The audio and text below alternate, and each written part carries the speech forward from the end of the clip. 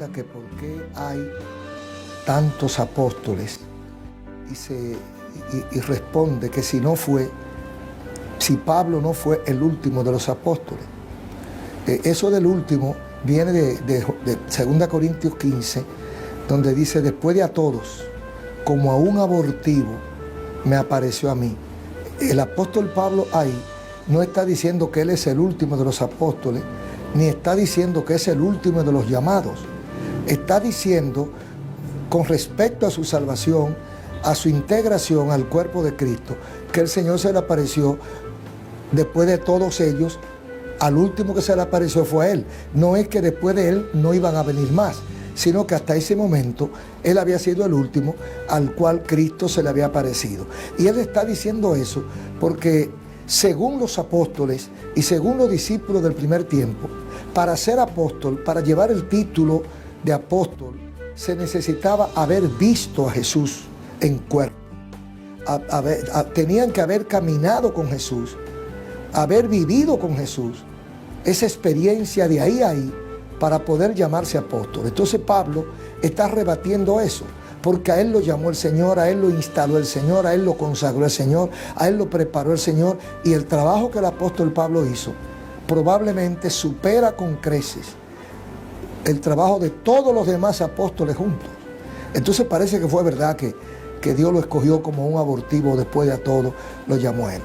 Yo no me atrevería a decir que el apóstol Pablo fue el último y de que es el último de los apóstoles y que no puede haber más apóstoles. Fíjese lo que dice Efesios capítulo 4, versículo 10 en adelante.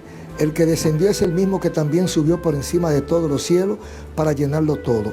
Y él mismo constituyó a unos apóstoles, a otros profetas, a otros evangelistas, a otros pastores y maestros, a fin de perfeccionar a los santos para la obra del ministerio, para la edificación del cuerpo de Cristo.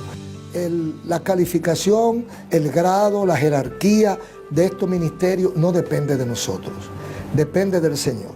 Algunos han tomado la cronología de estos ministerios como para darle grado, y dicen, por ejemplo, que el primero que menciona es apóstol, y que, como dice, él mismo constituyó a unos apóstoles. Es el primero que menciona. A otros profetas, a otros evangelistas. Entonces le van dando grado, pensando que el primero que se menciona es el más importante. Eso no es lo que dice la Biblia. Lo que pasa es que por algún sitio había de comenzarse. Segundo, probablemente sea al revés, porque apóstol es el enviado, ¿verdad? Eso es lo que significa la palabra apóstol. Un enviado, un mensajero, uno que va a llevar algo, que va a enseñar algo por primera vez. Entonces, el primero en el escalafón sería el apóstol. El segundo es el que anuncia, el vidente, el que anuncia el mensaje de Dios, el que anuncia la última revelación del Señor.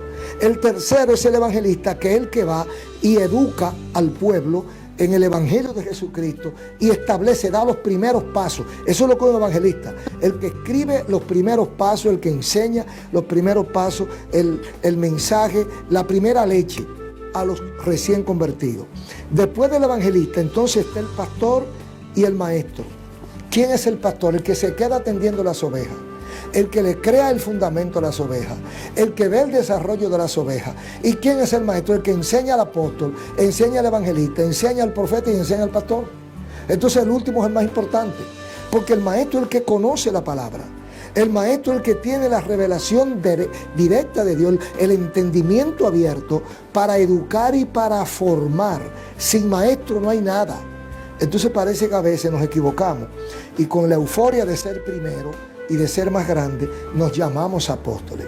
En este asunto del evangelio lo importante no es ni ser apóstol, ni ser evangelista, ni ser profeta, ni ser pastor, ni ser maestro. Lo importante es ser siervo de Dios. ¿Qué quiero decir con esto? El siervo de Dios está donde Dios lo ponga.